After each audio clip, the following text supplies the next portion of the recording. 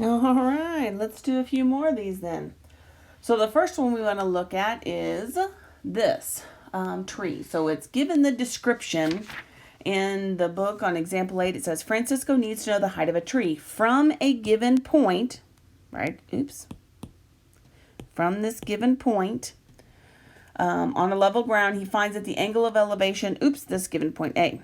He finds the angle of elevation is 36.7. He then moves back 50 feet, and from the second point, the angle of elevation is 22.2.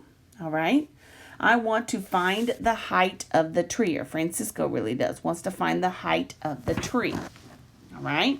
So, this is that problem solving. So, if we were sitting in class right now, I would have you giving me, what do you think to do? What do you think to do? What do you think to do, right?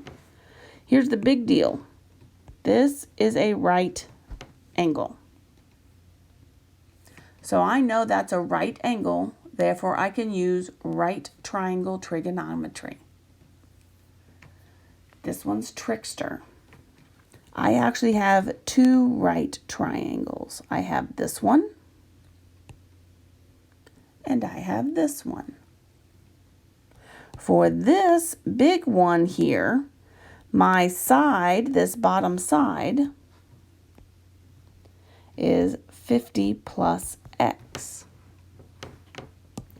Well, what kind of trigonometry do we know where we have to have an opposite and an adjacent? Yeah, they're both unknown, and that's okay for now. But I know that I'm going to have the tangent here of 36.7 is going to equal my opposite over my adjacent. For my big dog here, the tangent of 22.2 is going to equal my opposite over, there's a plus, my adjacent. All right? Both of these have my h. So when I'm looking at this, if I have this h, this is easy to solve for. So I know h is equal to, if I multiply both sides by x, here h is equal to x tangent of 36.7. Over here, if I multiply both sides by a 50 plus x, h is now equal to a 50 plus x, in parentheses because it's the whole thing, times the tangent of 22.2. If h equals both of those, right? This equals h and this equals h. Then I know that these two things are equivalent. So I can go through here and set these equal to each other so I can figure out x and in turn come back to h. So now x tangent of 36.7 is equal to this 50 plus x tangent of 22.2, right? Now the other thing you could do here is you could solve for x, right? So this one is fairly easy to solve for x. It's just x is equal to h over 36.7. Here, whenever I solve for this x, I have to distribute it, I have to subtract, I have to multiply in order to get that. Right now, because x is the only variable in my equation, I have to solve for x. Then I'm going to plug that back in order to come up with my h. You could leave h as your variable and go through the same process, right? And then you're solving for h up front. The book has you run through this little bit of scenario here, but whatever. I think it's because if you try to solve for your x on both of these, this one's not bad, but this one kind of looks a little raunchy and it's a pain to solve for. So this is just as easy. Okay. So the moral of this story, just like whenever we were working our other problems, I'm going to distribute here. I have to combine those x's on the same side so I can factor it out. So I have x tangent of 36.7 is equal to 50 tangent of 22.2 plus x tangent of 22.2. Combine these, so I'm going to subtract. And this is why we have a calculator, folks. Because I'm not going to do any of this stuff. So we have x tangent of 36.7 minus x tangent of 22.2. Factor out that x. I'm going to scoot this up a little bit.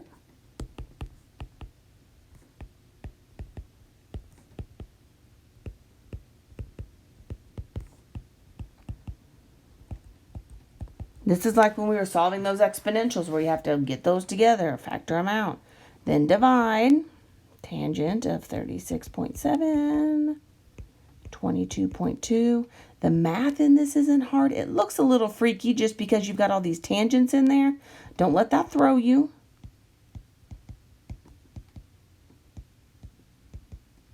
And I know x is now equal to this.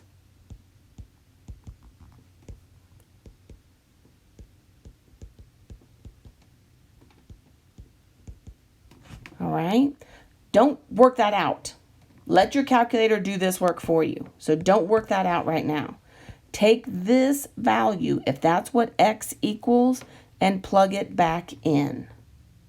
So really, now we're going to let our calculator do just quite a bit of work for us.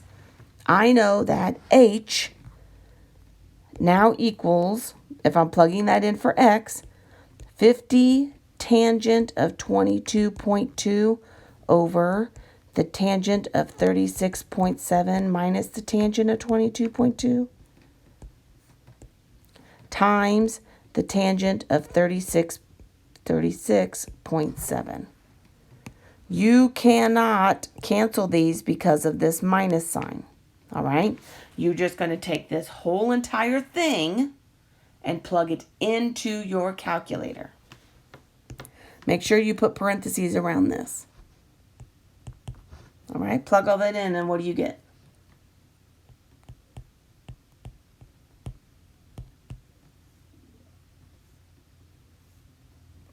.09 feet. Right? So when you go through and you're plugging all of that in, you literally are just setting this up. The kicker to this problem is the fact that I have this overlapping triangle situation. Well, I don't know anything else about it, right? I don't know any other pieces. So because of that, I have to do my opposite over my adjacent because I have two unknowns. I have this unknown and this unknown. So we're doing that system of equation situation. So you're finding your system, solving each one for h, and then you can plug those in equal to each other. Now I'm just down to one variable. Right? So just working that over and making it to where you can just solve for one variable at a time, that's the whole key and that's the purpose there. All right?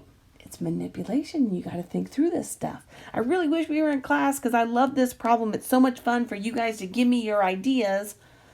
Unfortunately, I'm just giving you mine. All right. That's all right. Keep on keeping on, right? Let's do this last one here. Last one. This one's a little bit different. It's not overlapping triangles. It's these adjacent triangles. Oops. I wanted to cross this off for now. We can look at it later. I pulled this. It's out of my book so you could see the answer. But that's okay. This is one like your homework problem. So students always ask about this one, so I wanted to put it in here. Okay. I know that from a window right here, 30 feet above the street, an angle of elevation, remember your angle of elevation is always from the horizontal. So from the horizontal of this window, elevation goes up, and that's where that 50 degrees is. Depression from the horizontal goes down, and that's where that 20 degrees comes from. I want to find the height of the building across the street. Well, what do we know? Yep, we know from here to here is 30 degrees. Oh my gosh, not degrees, for the love of Pete. 30 feet. Yep, we also know this is a right triangle. This is a right triangle. Good, because it's from that horizontal. So I've got some information there. But the big question here is, what is this, right? I don't know what that is. Do I know how far across I am either? I don't know this either. Well, let's make this a y since it's vertical. Makes me feel better. And this an x. Okay. Well, how is any of that helpful? If you think about what we just did on the last one, you kind of got to work it over, right? Okay. I want to find the height of the building across the street. So I need this full distance here. So this full distance is going to be 30 plus y. Good. So right now, I know that whole thing is 30 plus y. But in order to do our right triangle trigonometry, I have to have two sides, right? An opposite, adjacent, all that business. Yes, and so for tangent, I don't know my hypotenuse here, so that's out. So sine and cosine are out. It has to be tangent, opposite, adjacent style. All right, so let's do this thing. I'm going to scoot this up a little bit. I know that the tangent, so if I use the ones with the numbers, it's not going to do me any good for this one, the 50 to go tangent on this because I don't know what those are. I have two unknowns. So let's do this one because I at least have one value that we know. So the tangent here of 20 is equal to opposite over adjacent. Now look what's happening over here with this 50. What did we say? Is opposite over adjacent. Now something that these have in common are this x value. So if I'm looking here, I can plug that in. Look at what's happening. I can rework this to say x is equal to 30 over the tangent of 20 degrees. Do you see that? I just realized you might not be able to take. So if I come over here and I have tangent of 20 is equal to 30 over x. Multiply both sides by x, right? So now I have x tangent of 20 is equal to 30. Divide this by the tangent of 20. And x is equal to 30 over the tangent of 20. Or anytime this happens, that always works. If you keep this here, you can just swap those two. Literally, you come up with the same thing. Because when you multiply by this, then you divide by the other, you're doing that same deal. Okay, now let's take that. And plug it in for x. The whole goal here is how can I manipulate this so that I'm solving for one variable at a time. And that's what the goal is. All right, so now I'm manipulating this to solve for the one variable at a time. And so let's do it right now.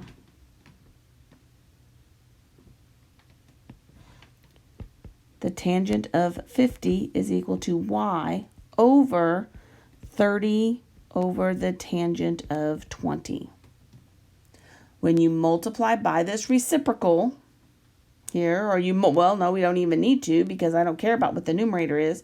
I'm multiplying this by 30 over the tangent of 20, 30 over the tangent of 20. Then this whole thing cancels out that whole thing, and I am left with y is equal to 30 over the tangent of 20 times the tangent of 50. Plug that into your calculator, and what do you get?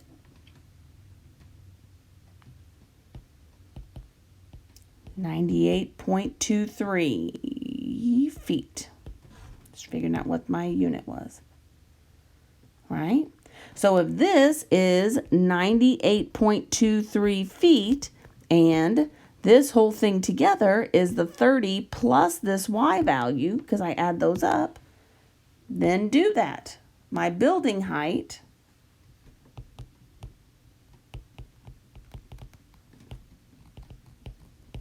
is equal to 98.23 plus 30 giving me 128.23 feet.